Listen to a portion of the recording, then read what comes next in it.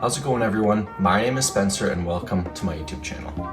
Today I will be taking you through my predictions for the 2022-23 Premier League season. Let's get right into the video. Starting off in our 20th position, sorry Bournemouth fans, I have Bournemouth Football Club. Look, you've come off a great season in the Championship division, in which you were second for both goals and goal differential. One thing worth mentioning is that after suffering a relegation battle in 2020 and going down to the Championship, before that the Cherries had been a regular in the Premier League.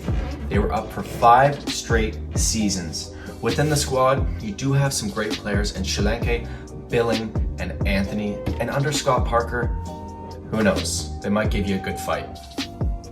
But to stay up, if I'm being honest, you're going to need to have more. You brought in Marcus Tavernier from Middlesbrough, but other than that, you have not done a ton of business. Look, if you're going to stay in the top tier of English football, you've got to spend. You've got to put your money where your mouth is. Unfortunately, they haven't done this window, and I'm beginning to see a bit of a theme with Bournemouth. They're starting to become a bit of a bubble team who's up and down, much like Norwich. I don't want this to be the case. I think they belong in English football at the top level. But I do believe that they will need to spend more, and for this reason, I have them going down and settling in 20th position. Moving into our 19th position, I have Fulham Football Club of London. After winning the Championship last year, Fulham has their eyes set on finally staying up for some English top-tier football. After bagging 43 goals in the Championship division, Mitrovic looks to cement himself alongside some of the best strikers in the Premier League, which, to be honest, at this point in his career has been a bit of a struggle, but who knows, maybe this season can be the season. Alongside Mitrovic, you have Harry Wilson, who I expect to help the Whites have a stronger midfield. You've done some good business, Fulham. You brought in João Palhinha from the Portuguese League, who I expect to continue his strong play into the top tier of English football. Not to mention, you also have brought in attacking midfielder Andreas Pereira. But you've lost Fabio, which is a tough loss. He's gone to Liverpool. It's going to be tough, but who knows? I believe there is a situation where, it's an unlikely one, but I believe there is a situation in which the squad glues very well together, and this is what they're going to have to rely on. Continuity within that squad and trust under their head coach. If they can glue together really well and Mitrovic has a banger, let's just say he puts up 20 plus goals, maybe Fulham stay up, maybe, but it's going to be tough. In the 18th spot is the team from Ellen Road, Leeds United. I do believe Leeds have done some good business this window, bringing in Brennan Aronson from Salzburg, who's part of that Red Bull system, alongside of Jesse Marsch, who's been at Leipzig, coached there before. And they've also brought in another great player who I personally could see having a good impact within this team, Tyler Adams, Leipzig player, played for Jesse Marsch, clearly likes him. Something worth mentioning, the sale of Rafinha and Calvin Phillips, 115 million plus. Great business. If Leeds can reinvest this into their squad and go for that youthful dynamic, I believe this is where they will find their very best success. Another key point, Patrick Bamford. He was out for the most of last season. He's back. If he can bang in, 20, kind of like Mitrovic for Fulham, who knows? Maybe Leeds figure a way to stay up. But I think goal scoring is going to be a key part for Leeds this season. It always is for the bottom clubs. If Leeds can bang in the goals, maybe they stay up. Once again, like I said before, I do like the job Jesse Marsch has done in his little under half a season with Leeds. He's creating a great culture. Fans, seem to love him. I'm not totally sure. I don't know too many Leeds fans, but they seem to love him. He kept them up last season, but unfortunately, just with the squad depth Leeds have and the players that they sold, I hate saying it, Leeds fans, I can't see you staying up. But who knows? Maybe he'll be back up next season. Coming into our 17th position, I have Nottingham Forest. And Forest fans, congratulations. You beat Arsenal in the FA Cup. You finally got promoted back to the top tier of English football. What a season. Also, big round of applause. You've spent money, you've spent it well, And for that reason, I believe you are going to stay up for another season. It was unfortunate for the club to lose Samba to Lens, especially after how good he played down the stretch in the championship and in the playoffs. But bringing in an English international on a loan deal and Dean Henderson was just great business. Probably the biggest business done by Forest this window. We all know him and love him, some of us, Jesse Lindegaard. If he can replicate that loan spell he had at West Ham, Forest fans, you are going to love him. They've also done a great job of improving their back line, bringing Bayankun from Ligue 1 and also bringing in Nico Williams from the Reds. If Steve Cooper is somehow able to continue, and I'm sure he will, I'm not saying somehow, he will continue. If he's able to continue his brilliance with the squad and connect the way he did last season, continued funding by the ownership, there is no reason why Forest should be in a relegation battle. And to be honest, I could even see them being higher up the table. Moving into my 16th position on the Premier League table this season, I've got Southampton. Now, after the way the Saints finished the season last year, this might be a bit of a bold pick. Now, I do like the fact that the Saints have brought in a couple players from the under-23 program with Man City, but other than that, Theo Walcott's starting to get a bit up there in age, and to be honest, they're going to need one of those two players, an Adam Armstrong or Che Adams, to step up this season. They've both proven themselves in the Championship division, but have not translated that into First Division football. So heading into this season, my big question for Saints fans is, can you score enough goals? I don't know how good James Ward-Prowse is, but you have got to try to have a second guy alongside him who can bag around 15 goals. If Southampton can find the goals, this prediction, it might not look the best. Coming into our 15th position, I have Everton. Now, if preseason were to mean something truly deep down, based on how a team performs during the regular season, it might suggest that Everton would be lower on the table. Now, I don't personally think that has any real correlation to how a team does, but if it does, Everton fans. Anyways, aside from that, I really like the window that Everton had. They brought in two defenders from Burnley, James Tarkowski and Dwight McNeil, two great players. Tarkowski, being the captain of Burnley, can hopefully bring some continuity to that back line, because at the end of last season, especially Michael Keane, don't mean to pick on Michael Keane, but he struggled in some of those big games. Man City, Liverpool, he really struggled and looked quite nervous down the stretch. So hopefully Tarkowski can bring some confidence and stability into that back line. Another important thing worth mentioning is they lost their best player in Richarlison to Tottenham. He played a key factor, especially down the latter parts of the season last year. He's going to be a big loss. But they finally have DCL coming back. Unfortunately, he just got injured in preseason.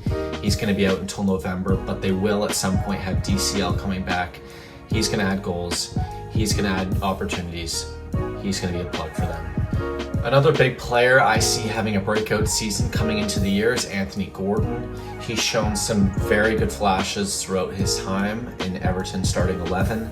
And to be honest, I'm just wondering if Anthony Gordon can't provide that extra reinforcement up front if they try to make a move either during the winter transfer deadline in January, or try to sign someone before the season starts. I did have Maxwell Cornet on my list, but just as this video is coming out, he signed to West Ham, according to Fabrizio Romano. So unfortunately, Cornet will no longer be available. But my point is, I think they'll be okay when DCL comes back, but I just hope that they don't bury themselves too deep in a hole to where when he gets back, it's almost too late. And he's had some injury problems, so that's always a bit of a concern. But other than that, heading into the season, I'm really hoping that Frankie can still get something out of Dele Alli. Tremendous player, tons of talent. And if they can get something out of him and some of their other players like Iwobi, then, I could potentially see Everton moving up the board a bit. And in the 14th spot, we have Brentford. Now, coming into the season, I feel pretty good about this position for Brentford, but I feel like I also can look back at the end of the season and may regret this. But at the moment, I feel pretty good. And one of the reasons for my unsurety about their positioning is the loss of Christian Eriksen. Now, during his time at Brentford, he had a great impact, not only in the fans, but with the club and how the team performed. Brentford played really well against some top talent at the end of last season, beating Chelsea, West Ham. They really played well against some of the top clubs, and Eriksen brought that to the team. Now, on the other hand, they have tried to replace that with a Danish international like Christian Eriksen. Mikkel Damsgaard, hell of a player. Hopefully can come into that Brentford system, kind of play in that role. The Christian Eriksen role is, I'm going to call it now. But if he can do that and perform well in that system, it'll be a great replacement. They've also really tried to get some reinforcements up that left side of the pitch. They just brought in Keenan Lewis-Potter from Hull City, who I'm very high on. And they also brought in Aaron Hickey from Bologna in the Serie A. So if those players can, again, like Damsgaard, fit into the system at Brentford and perform under Thomas Frank, they've got all the potential in the world. Like I said, it's going to be that transitioning, right? So although I see them with a lot of potential, there might be that transitioning period to help them groove into their positions that we'll just have to see what it's like for them, how long it takes, and if they can really compete week in and week out at that top level. Now, with that being said, I think Brentford's season, personally, from my perspective, relies on Ivan Toney. If they can keep him around, there were some rumors with Ivan Toney departing to another club. There was a rumor with a club in England. But if he can stay at Brentford and perform like he did last season, I don't see any reason why the Bees can't finish in 14th or possibly even higher. Moving into our 13th position, I have Wolves. Now, if you remember, looking back on the 2021-22 calendar year, Wolves performed really well in 2021 specifically. They had a European spot locked up, and then as the season started to progress, they started to get a little bit worse and a little bit shakier. They were really good on the back end at the beginning of the season, not allowing too many goals, and then that started to slip a bit on them at the end. Now, Wolves have had some players come back from their loan spells from different teams, including Adama Traore from Barcelona, who has struggled throughout the Wolves system in the time that he's been in it. They've also made a purchase of Hwang Hee-chan, who we saw a bit of last year, and then also Nathan Collins from the Clarets to hopefully solidify that center back position next to Connor Cody potentially. Now, like I mentioned earlier, Wolves had a real issue last year with converting. Their defense was great, but they didn't score too many goals. Now, it's been one season under Raul Jimenez's belt since he's had that freakish head injury, so I'm hoping he can replicate his 2019-2020 campaign. And I'm sure Wolves fans would love that. He performed great that season. So if he can replicate some of what they did in that 2019-2020 campaign, I can't see why they're not higher on the table. But if he doesn't, I could potentially see them being lower than this. Now, one thing I just wanted to quickly touch on before we moved on to our next spot was they were able to keep Ruben Neves along. He was rumored with some other clubs, but they kept him. Good business. Transitioning into our number 11 spot, I have Leicester City. Now, this is the perfect example of a prediction that I am not confident about whatsoever. Currently, at the moment, Leicester City have many rumors going around with many other players. Wesley Fofana, Jamie Vardy, and James Maddison, just to mention a few.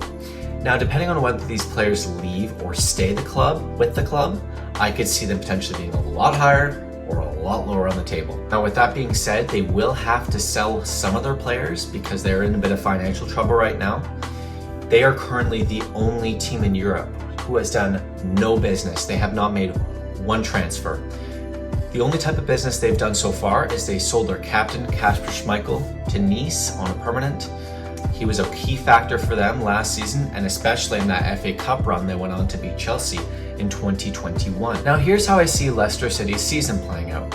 If they can keep some of those key players around, Fofana, Vardy, and Maddison, I could potentially see them being a top 10 team in the Premier League. If they don't, I could potentially see them being lower than 11th. So as you can see, it's a bit of a hard team to predict, but at this point, I have Leicester City in the 11th spot in my 2022-23 Premier League predictions. Moving into our 10th spot on the table, I have Crystal Palace. Now, the Eagles are a team that I see a lot of potential in. They had a great season last year under Patrick Vieira, finishing in the top half of the table and only 8 points out of European football. Palace fans, how do you feel? Now, one key point to mention was that Conor Gallagher, their star player from last year, has returned back to Chelsea. He will be missed throughout that Palace midfield, but I have confidence in Vieira for finding players throughout their system to replace that. One of the key hallmark traits of Crystal Palace last season was their stout defense. Players like Marc, Tyreek Mitchell, and Joachim Andersen were quintessential for them performing at the level that they did, and will be very necessary for them to continue in the top half of the Premier League table. Another key player to keep around for Crystal Palace, this one's obvious to everyone, it's probably their best player on Palace at the moment, Wilfried Zaha. We all know him. He's had some interest from some big clubs, including Chelsea.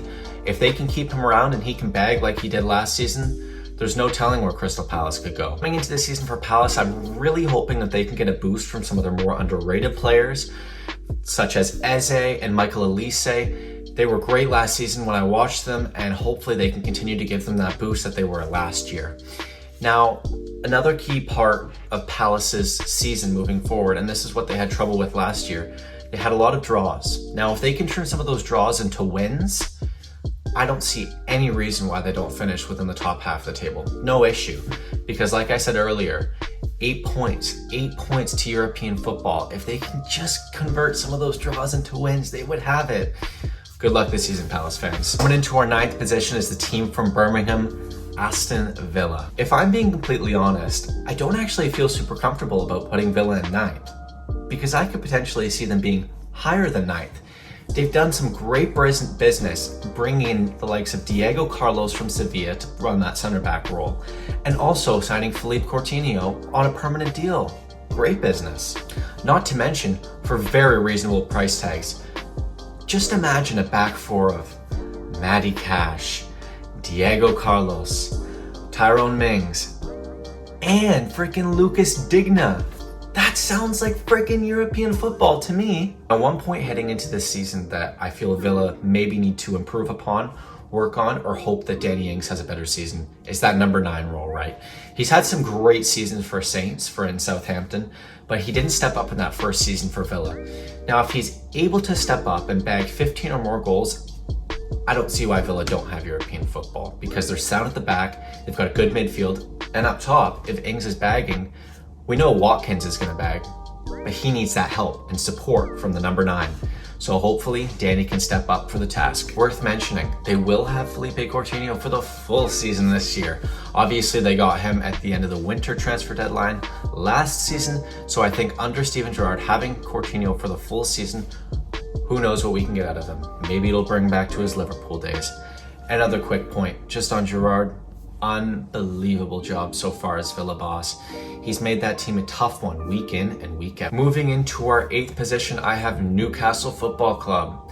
Now there's going to be a bit of a pattern with these teams from 9 to 6 in the table, is that I don't have very much confidence in my predictions with them. I think it's going to be the same teams by the end of the season, but I could see them being reshuffled in a completely different order, and I may be completely wrong. Now, I believe the Magpies will come close to getting European football, but unfortunately, this won't be the year for them to get it.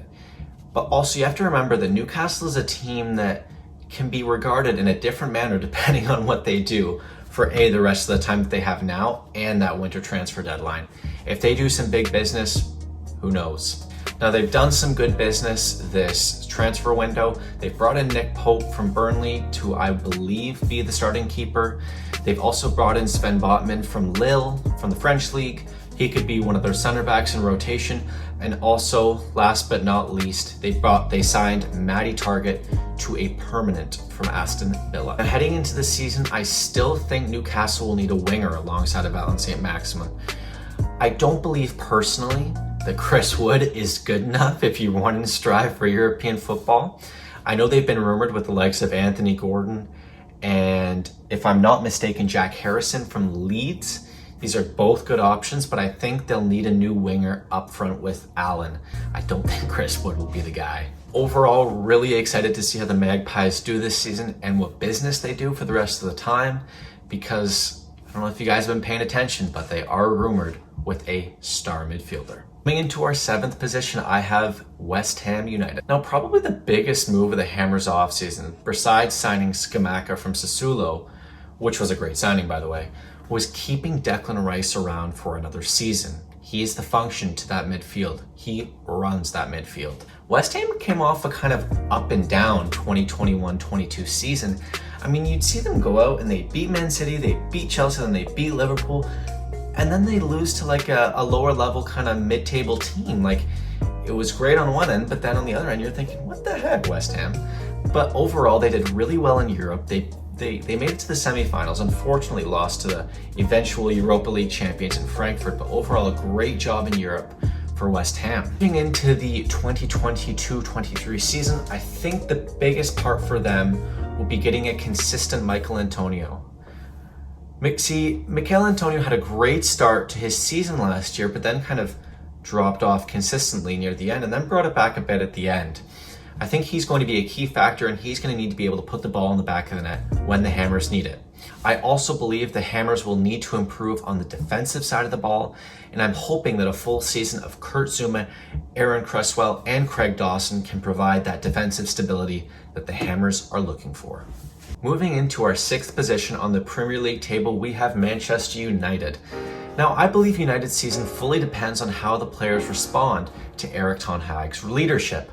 Obviously, they've had some, let's just put it that way, issues with Cristiano Ronaldo and whether he wants to stay, whether he wants to go. It's looking like he wants to go. But that's the last thing Ten Hag would want to deal with coming into a new season with United. Now, after the season the players had last season, I'm fully expecting them to have to step up to get to that next level and get back to Champions League football once again.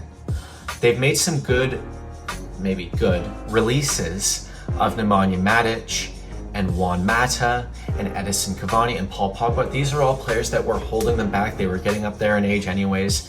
It's good to get them off the books and run young. They've also brought in Christian Eriksen from Brentford and Lisandro Martinez from Ajax, who's played under Ten Hag for some time.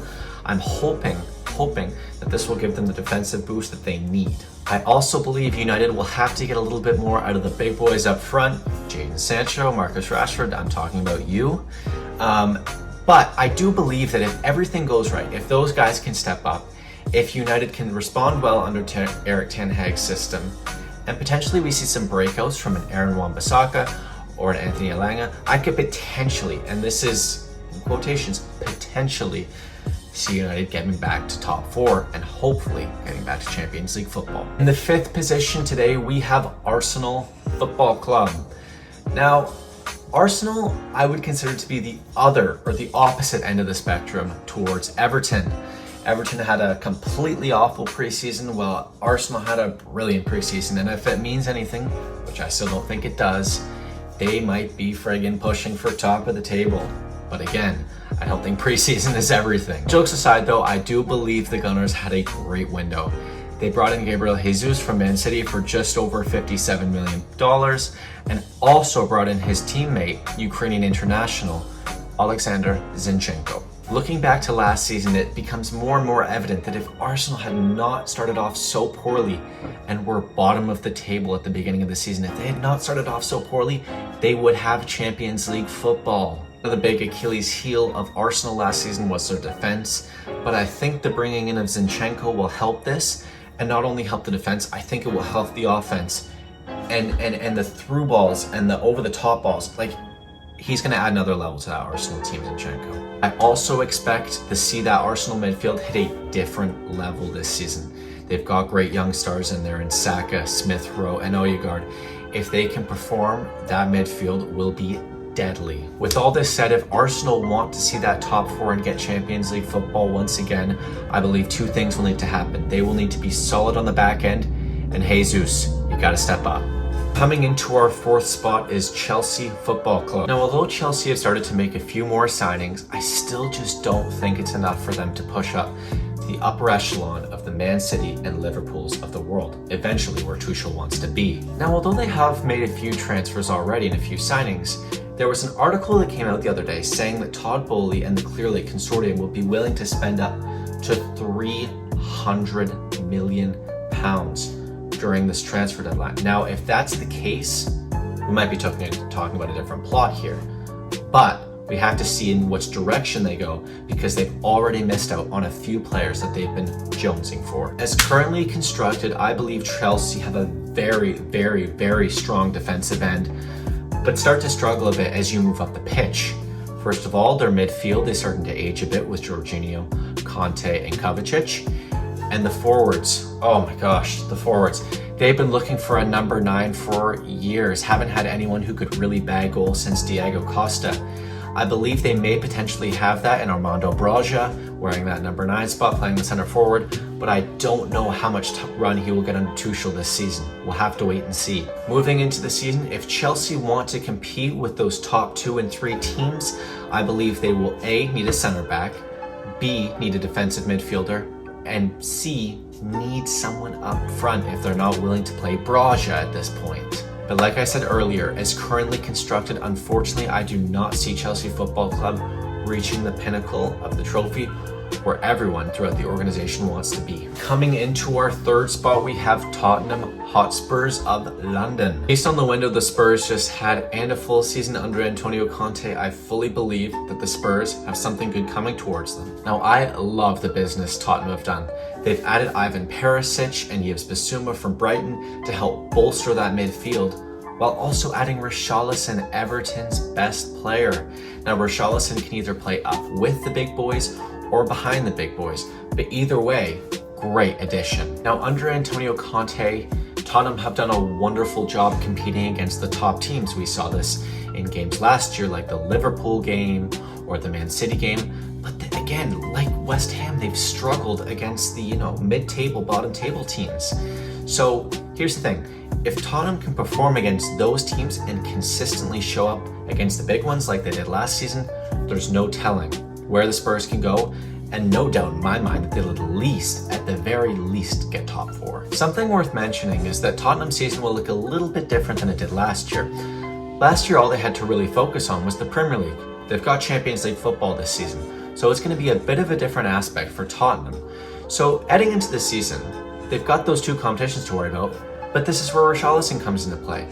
If players like Harry Kane or Heung-min Son or Dejan Kulusevski are struggling with fatigue, Richarlison is the perfect workhorse. We saw it at the end of the season last year with Everton, and I'm sure we'll see it throughout the season with Spurs this year. If Tottenham can stay consistent against the big teams like they did last year, and hopefully take care of business a bit better than they did last year against the mid-table and bottom-table teams, and obviously keep the ball from going out of the back of the net on the defensive end, Tottenham will be a force to be reckoned with, not only in Premier League competition, but Champions League competition. In the second position, we have Liverpool Football Club. I feel this will be another great season for the Reds. While I also feel that they'll compete with Man City for most of the season, I just feel at the end of the season, Man City will pull away. They've got so much depth up there. Although I'm not necessarily the biggest fan of the Darwin Núñez signing, just because of the unsurety. You bring a player in from Benfica who's not played on that high level of football. Obviously, he's done some great things in the Champions League, so maybe I'm being a bit ignorant with that take, knowing that he's done it on the biggest stage. At the end of the day, I do feel like it will work out, even though I'm not the biggest fan of the signing at this moment in time. On the other hand, although it's only smaller business, Fabio Carvajal from Fulham and Calvin Ramsey from Aberdeen, great business. Although I don't believe these players will play a key factor this year necessarily, looking down the road, they're great additions for Liverpool. To me personally, I do feel like Sadio Mane will be a big loss for Liverpool.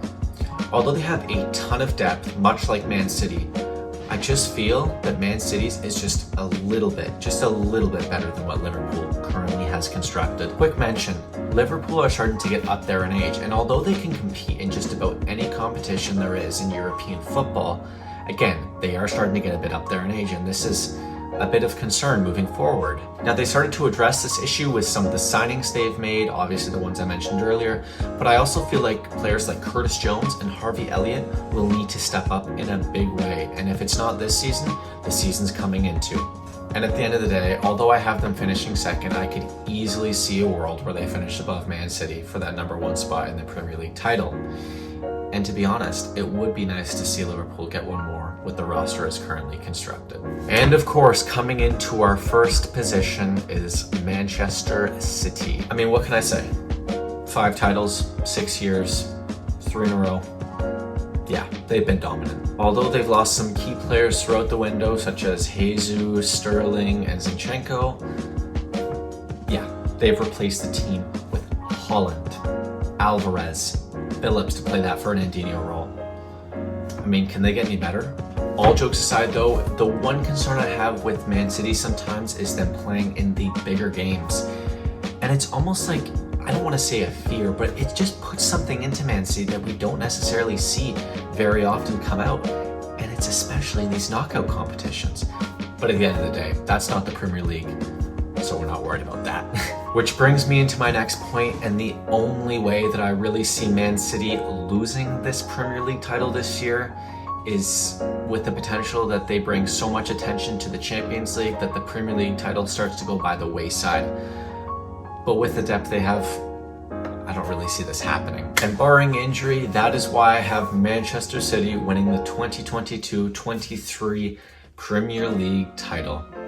How does it sound? As I mentioned earlier, 3 titles in a row, 5 in 6 years. Doesn't sound too bad to me, citizens. I appreciate everyone watching. My name is Spencer. Look forward to the content that I will do in the future. Hopefully some more stuff related to the Premier League. If you guys have any suggestions, just leave them down below. Again, I'm always open. I appreciate you watching and have a good day.